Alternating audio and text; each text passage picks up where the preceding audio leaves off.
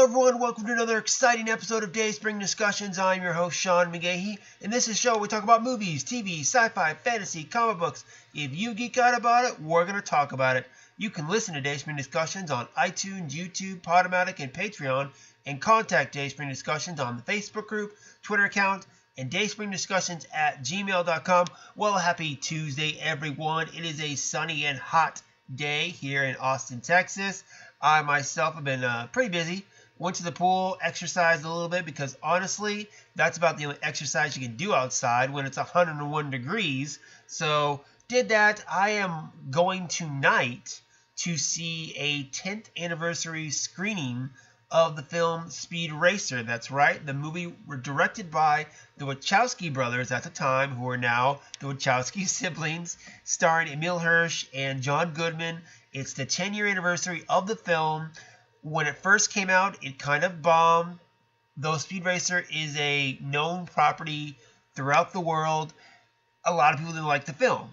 I myself love the movie, okay? Growing up in a family of racing, to me, that's what the movie's about family and racing. And yeah, you can get caught up in the special effects and the style of it, but when you take the story and take the performances, it speaks to me. What can I say? So I love the movie. I'm going to downtown on 6th Street at the Alamo Ritz to go see it.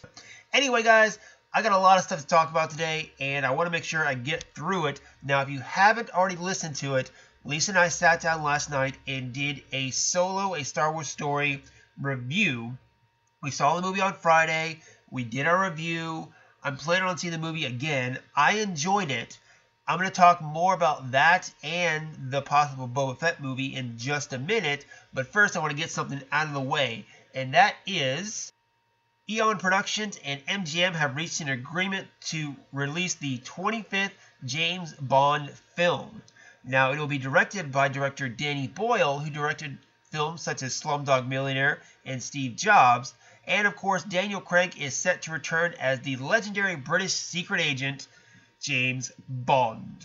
The film is set to come out November 8, 2019. The film, however, will get an early release in the UK October 25th, 2019. So, many people were wondering when the next James Bond film was coming. People were wondering if Daniel Craig was going to come back. The last one we got was Spectre, the fourth time that Daniel Craig had played James Bond. I don't think he's going to go for the record because I think this will probably be his last one. The previous records for the most films played James Bond, you have Roger Moore between 1972 and 1985, and then you have Sean Connery between 1962 and 1967, but he also played Bond in 71 and 83. So I don't think Daniel Craig is going to come near 7 films. This will be his 5th one, and honestly, I think it'll probably be his last. The James Bond franchise has, had a lot of ups and downs. Usually there comes a time in every decade or era when they start to die off. And Spectre was probably a point where a lot of people thought the time as Daniel Craig as Bond meant that he was about to leave and we were going to get a different James Bond. But he signed up and, I'm fine with that. Casino Royale is my favorite James Bond franchise. It's actually the only James Bond film that I own on Blu-ray. Quantum of Solace, I know a lot of people had issue with that one. I enjoyed it because it's a companion film to Casino Royale. If you watch them back to back, the story just kind of flows a little bit. As a singular film, I get people's issue with it, but pair it with Casino Royale, it's still all about James Bond hunting down the big evil international organization, which they skipped over in Skyfall, and they tried to continue in Spectre, but was kind of let down. I'm going to be honest, I was totally let down by Spectre. Skyfall itself, not a bad film. Not my favorite, though. I think they should have continued with the idea of the big international organization in after Quantum of Solace, but they decided to go with Skyfall, something totally different. When they came back with Spectre, the story fell flat. But in any event, I am a fan of the James Bond franchise. Daniel Craig, let's give it a no. I just feel like, though, they need to give us something good, because in people's eyes, with Daniel Craig, James Bond, you had one good, one bad. One good, one bad. So by that logic, we should have a good one, right? Especially Danny Boyle. I love Slumdog Millionaire. I love Steve Jobs. Two really great movies. He's done a lot of other good ones besides that one. So here's hoping that we're going to get another good James Bond film. I wonder how old Daniel Craig's going to be when he makes this movie. Hold on, guys. I'm going to check this out. I'm going to go on IMDb real quick. I want to see how old Daniel Craig is, just to see maybe a little how limber he's going to be when he takes on the role. Okay, Daniel Craig. Click on it here. He was born in 68, so he is 50 years old, right? Yes? Correct, right? Yes. He is 50. So he's still going to be James Bond, too. That's impressive. I will give the man super marks for that, for playing James Bond at 50. Here's hoping that he does one really good film, and then I say his due is done, and he can retire as 007. But anyway, the film comes out next year. Let me know what you guys think about him coming back for one final performance, or maybe not his final performance. We'll wait and see. Alright guys, now I'm going to spend the rest of the time talking Star Wars. Now, if you listen to the solo review, Lisa and I kind of got into this towards the end of it, as far as Solo's performance and what it means to the franchise. So the numbers came out, and people were projecting almost 130, 150 domestically for Solo, and it came in at 83 million, which for any other film is good. I mean, it's the fourth highest opening weekend for a domestic film this year. As a Star Wars film, though, it's a bit disappointing considering all the other ones have opened for over 100 million.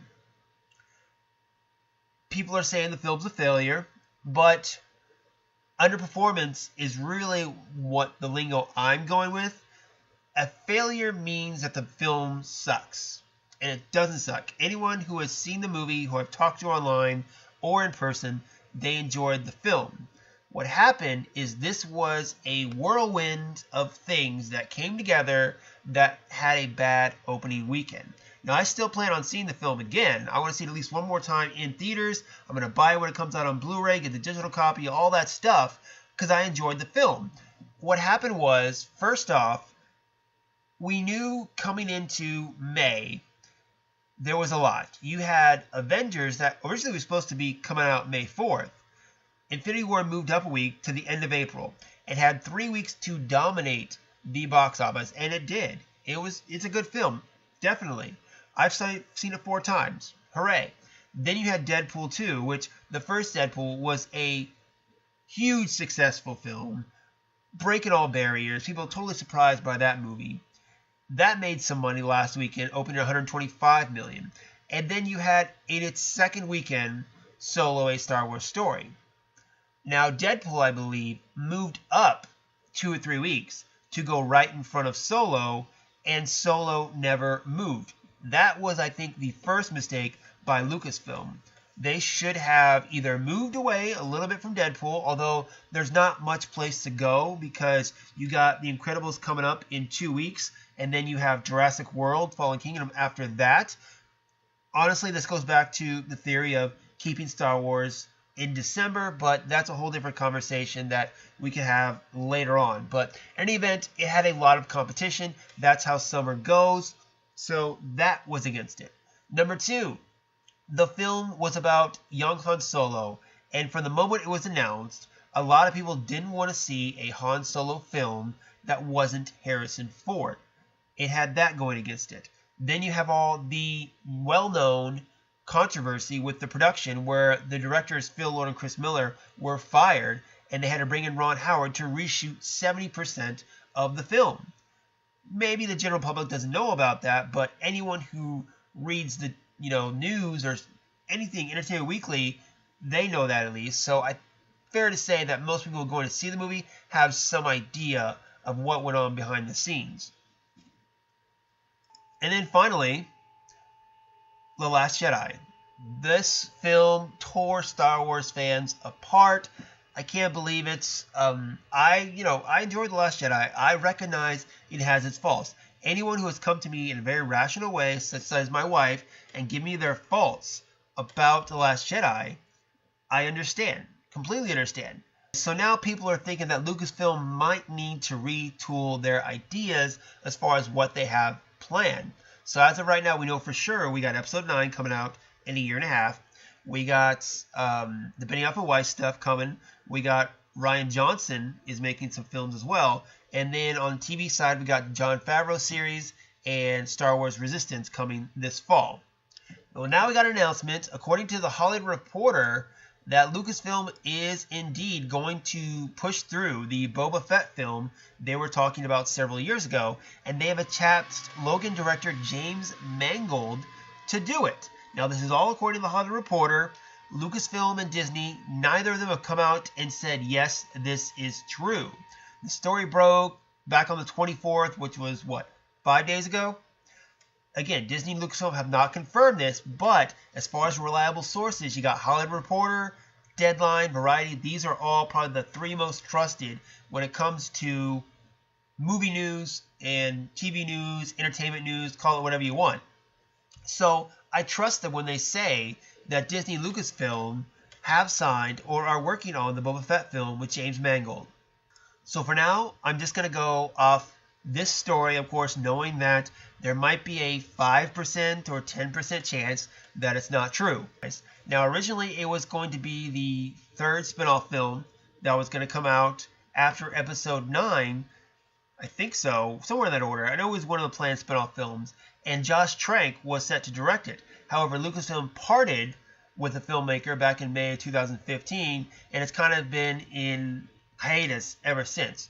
Well, as of right now, it looks like they got James Mangold attached, and it's something to be excited about.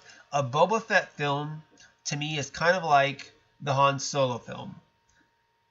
I like Han Solo more than I like Boba Fett. To me, Boba Fett is all style, no substance. If you look what he did in the original trilogy, he's kind of a punk in my eye.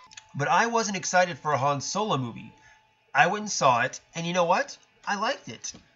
I more than liked it. I wouldn't mind seeing another young Han Solo film. In fact, I'd be totally cool with that.